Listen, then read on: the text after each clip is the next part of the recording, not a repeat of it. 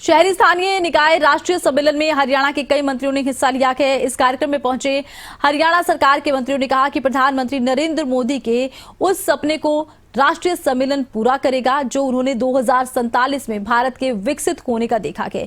इस तरह के कार्यक्रम पूरे देश भर में होने चाहिए, जिससे भारत की अखंडता और लोकतंत्र को मजबूती तो मिलती ही है, साथ ही विकास कार्यों को बड़े स्तर पर गति मिलती है। विधानसभा के डिप्टी स्पीकर किशन लाल मिड्डा इस वक्त हमारे साथ हैं। सर, देश का पहला ही राष्ट्रीय यूएलबी सम्मेलन और उसकी मेजबानी हरियाणा कर रहा है, कैसे देख रहे हैं? देखिए, हरियाणा का जिक्र आपने किया और ये शुरुआत हरियाणा की हुई। वैसे तो जिक्र करें तो भगवान नारायण को भी स्वयं हरियाणा में आकर ही गीता का उपदेश दिया, और वहीं पर इस चीज़ की शुरुआत भी कि शहरों को सौंदर्यीकरण की तरफ बढ़ावा दें, इसकी शुरुआत भी मैं को हरियाणा से हुई है। और हरियाणा ने इस आयोजन को किया है, ये हमारे लिए बड़े सौभाग्य की बात है।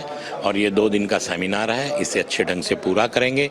और मैं ये कहूँगा कि जो ये कॉन्फ्रेंस में विषय आया है, माननीय बिरला साहब ने सभी से एक संदेश के माध्यम से ये कहा कि आप सब लोग, क्योंकि आप लोग एक इकाई, एक छोटी संस्था है जो इस राष्ट्र को मजबूत करने का काम करेगी, और उन्होंने प्रत्येक टिप्स देने का काम किया कि आप ऐसा कीजिए। उन टिप्सों पर अगर मैं कहता हूँ 50% भी लोग अमल करेंगे तो हमें राष्ट्र विकसित जो करने का स्वप्न है हमारा, उसे हम जल्दी पूरा करेंगे। और ये शहरों को सशक्त और सौंदर्यीकरण की तरफ बढ़ावा देने का एक पहल है, जिस पहल को भारतीय जनता पार्टी ने की है। नगर निकाय की बात करें तो सर्वश्रेष्ठ काम में इंदौर नगर निकाय सबसे पहले आता है, फिर भुवनेश्वर आता है। उनसे क्या सीख सकते हैं बाकी नगर निकाय? देखिए, ये सेमिनार इसलिए किया गया कि बाकी स्टेट्स सीखें, वो लोग बताएंगे कि किस प्रकार से उन्होंने कार्य किया, और बाकी स्टेट्स को सीखने का अवसर मिलेगा।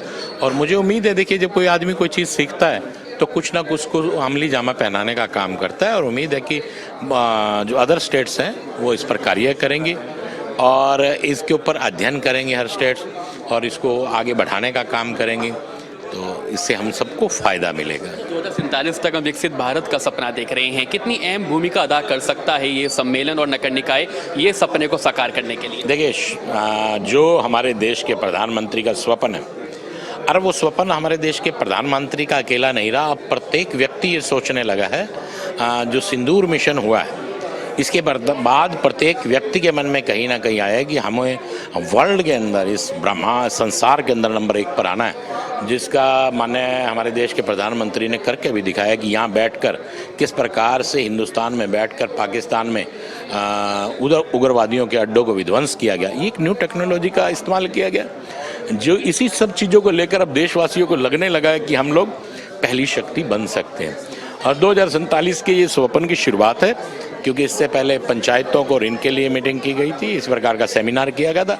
अब शहरों को लेके ये सेमिनार किया जा रहा है, तो इसका फ़ायदा जहाँ ग्रामीण सरपंचों को इन सबको मिला था, अब मैं ये कहूँगा कि शहर में इस कार्यक्रम के बाद इसका बहुत फ़ायदा मिलेगा। जिस प्रकार से G20 का भी सफल आयोजन हुआ, तो ये हिंदुस्तान को कहीं ना कहीं मैं ये कहूँ आगे बढ़ाने का, पहली शक्ति बनने का एक शुरुआत है। बहुत धन्यवाद हमसे बात करने के लिए। तो डॉक्टर किशन मिड्डा हैं डिप्टी स्पीकर, साफ तौर पर कहना है कि विकसित भारत के सपने को पूरा करने के लिए ये एक कॉन्फ्रेंस अहम भूमिका अदा कर सकती है।